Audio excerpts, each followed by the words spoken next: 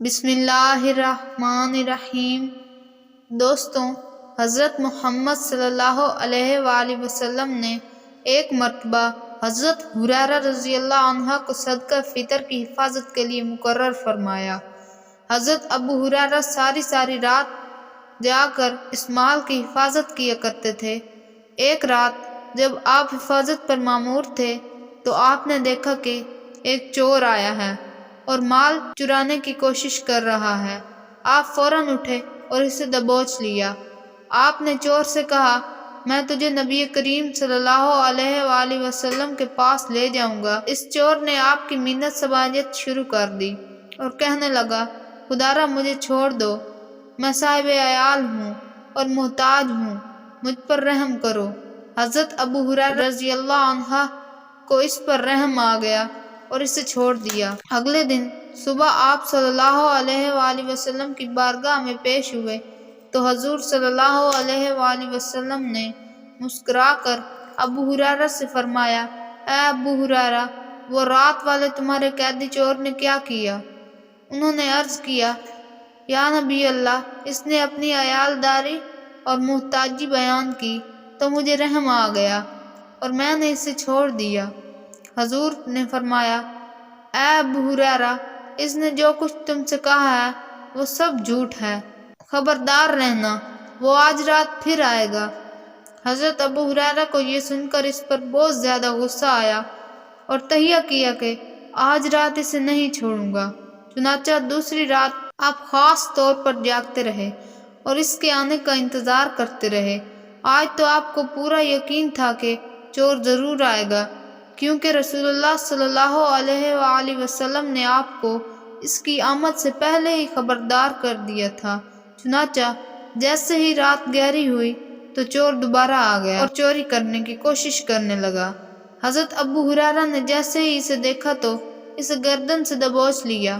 وہ پھر منت سماجت کرنے لگا اور اپنی عیالداری اور محتاجی کا واسطہ بھی دینا شروع کر دیا۔ حضرت ابو ہریرہ رضی اللہ عنہ کو دوسری مرتبہ پھر اس کی فریاد گاہ پر رحم آ گیا اور اسے چھوڑ دیا۔ دوسرے دن صبح حضرت ابو ہریرہ حضور کی بارگاہ میں حاضر ہوئے تو حضور نے فرمایا، اے ابو ہریرہ، رات والے قیدی یعنی چور نے کیا کیا؟ آپ نے عرض کیا، یا رسول اللہ، اس نے پھر اپنی منت سماجت کا قصہ چھیڑ دیا جس کی وجہ سے مجھے اس پر رحم آ گیا اور میں نے اسے چھوڑ دیا۔ حضور نے فرمایا، اس نے جو کچھ بھی کہا ہے وہ جھوٹ تھا، سنو، آج رات وہ پھر آئے گا۔ چنانچہ جب تیسری رات آئی تو حضرت ابو ہریرہ تیار ہو گئے اور جیسے ہی وہ آیا تو آپ نے اسے پکڑ لیا اور فرمایا، اے کم بخت، آج تو میں تجھے نہیں چھوڑوں گا، میں تمہیں پیغمبر خدا کے پاس لے جاؤں گا۔ وہ بولا، اے ابو ہریرہ، میں تمہیں چند ایسے کلمات سکھاتا ہوں جن کے پڑھنے سے تو نفع میں رہے گا۔ سنو، جب سونے لگو تو آیت الکرسی پڑھ لیا کرو، اس سے اللہ تمہاری حفاظت فرمائے گا اور شیطان تمہارے نزدیک نہیں آ سکے گا۔ حضرت ابو ہریرہ اس کے یہ الفاظ سن کر بہت خوش ہوئے اور اسے اس مفید بات بتانے کی وجہ سے پھر چھوڑ دیا۔ چنانچہ اگلے دن جب آپ حضور صلی اللہ علیہ وآلہ وسلم کی بارگاہ میں حاضر ہوئے تو خود ہی تمام رات کا قصہ بیان کر دیا۔ پیارے آقا نے فرمایا، اے ابو ہریرہ، آیت الکرسی پڑھ کر سونے والی بات جو اس نے بتائی ہے وہ سچ ہے، حالانکہ وہ خود بڑا جھوٹا ہے۔ اور کیا تم جانتے ہو مسلسل 3 راتیں تمہارے پاس جو چور بن کر آیا تھا وہ کون ہے؟ انہوں نے عرض کیا، نہیں۔ آپ صلی اللہ علیہ وآلہ وسلم نے فرمایا، وہ شیطان تھا۔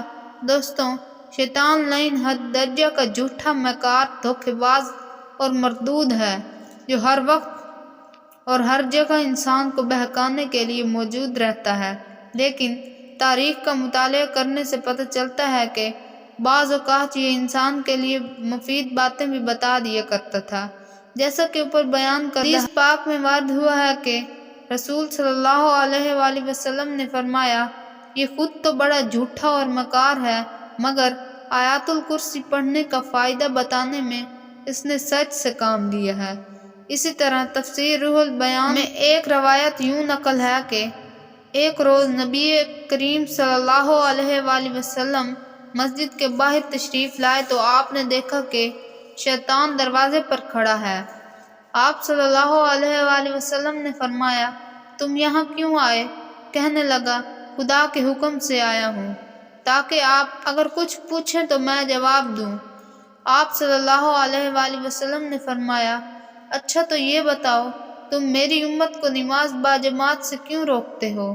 کہنے لگا، یا محمد صلی اللہ علیہ وآلہ وسلم، جب آپ کی امت نماز پڑھنے کے لیے نکلتی ہے تو مجھے سخت بخار ہو جاتا ہے، اور جب تک وہ نماز سے فارغ نہیں ہو جاتی میں بخار میں مبتلا رہتا ہوں۔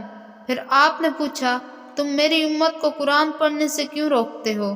کہنے لگا، جب وہ قرآن پڑھتے ہیں تو میں سکے کی طرح پگھلنا شروع ہو جاتا ہوں۔ پھر دریافت فرمایا، تم میری امت کو جہاد سے کیوں روکتے ہو؟ کہنے لگا، جب آپ صلی اللہ علیہ وآلہ وسلم جہاد کے لیے نکلتے ہیں تو میرے قدموں میں بیڑیاں ڈال دی جاتی ہیں، اور جب تک وہ واپس نہیں آتے میں اسی طرح رہتا ہوں۔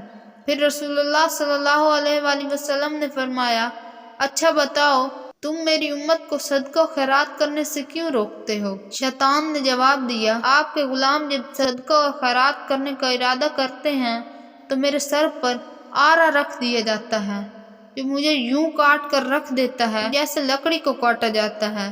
یعنی شیطان کے لیے نیک کام بڑے ہی تکلیف دہ ہوتے ہیں، اور یہ ملعون نیک کام نہ خود کرتا ہے اور نہ ہی یہ چاہتا ہے کہ کوئی انسان نیکی کے راستے پر چلے۔ شیطان کی ان باتوں سے یہ بھی معلوم ہوتا ہے کہ یہ کام اللہ رب العزت کی بارگاہ میں جس قدر مقبول ہو گئے ہیں کہ جن کے کرنے سے شیطان ابلیس ذلیل و خوار ہوتا ہے اور اسے تکلیف کا سامنا کرنا پڑتا ہے۔ دعا ہے کہ اللہ رب العزت ہمیں اپنے امن و حفاظت میں رکھے، آمین یا رب العالمین۔